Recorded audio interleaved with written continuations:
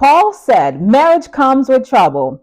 And when I read that, I had to pause. So I was reading 1 Corinthians chapter 7, and I'm not going to lie. Some of these verses made me pause because Paul really talks about marriage and singleness in a way we don't usually hear about today.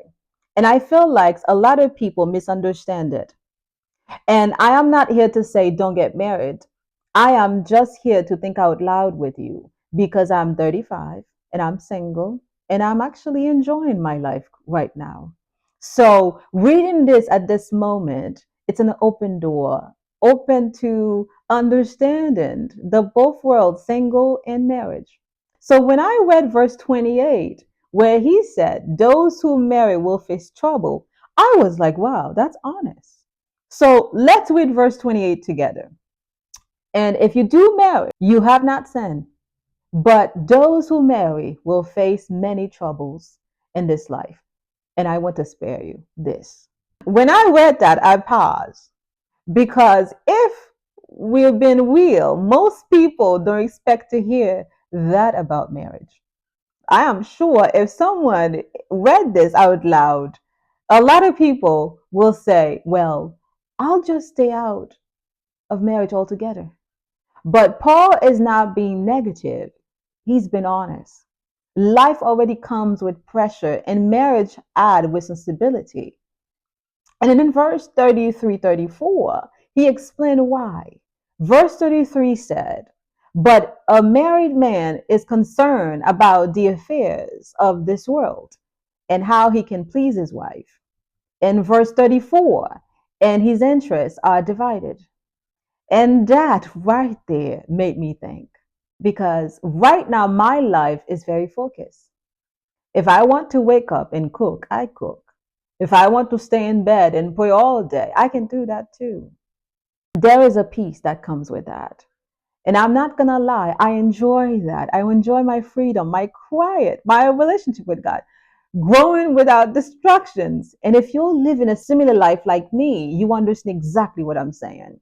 But at the same time, Paul also make it clear if you desire marriage, then marry. It's not a sin. So it is not like one is bad and the other is good. It's usually about understanding what comes with each path. I think what stood out to me the most in this is to be honest with yourself. Know what comes with each path. If you're in your singleness season, don't waste it. Set your priorities, focus on God, build your dreams, work on yourself, and enjoy your freedom. Because if you don't, you can be single and still miserable.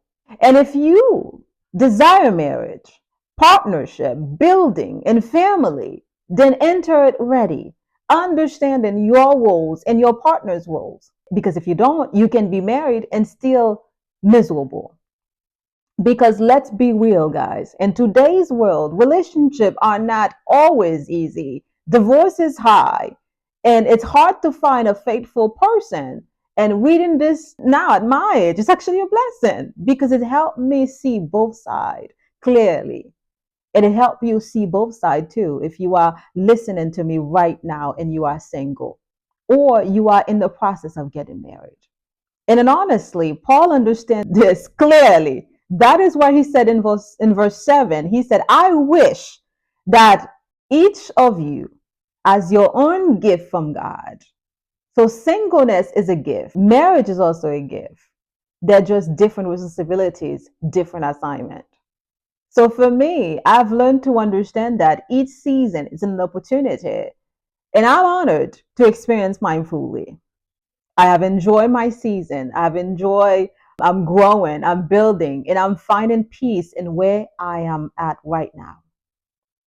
And if marriage comes one day, I want to step into it with understanding, not pressure. And I don't think the question is what better. And even in verse 38, it says, one may do better not to marry. But that doesn't mean one is wrong. It just means you have a choice. And even at that end, in verse 40, Paul said, in my judgment, she is happier if she stay as she is. And that too That the Spirit of God. Now, he was talking about a widow in this chapter. The message still stands. Sometimes there's a peace in staying where you are. And sometimes your current season is not something to escape, but something to understand and be happy in it. So I think the real question is, what season are you in? Or are you at peace in it? Or do you have the capacity to be receive what you're asking for? If you do, stand on it and let God make the way for you. So type in the comment below and let me know your thoughts. And please share and subscribe so this message can reach more people. See you next time.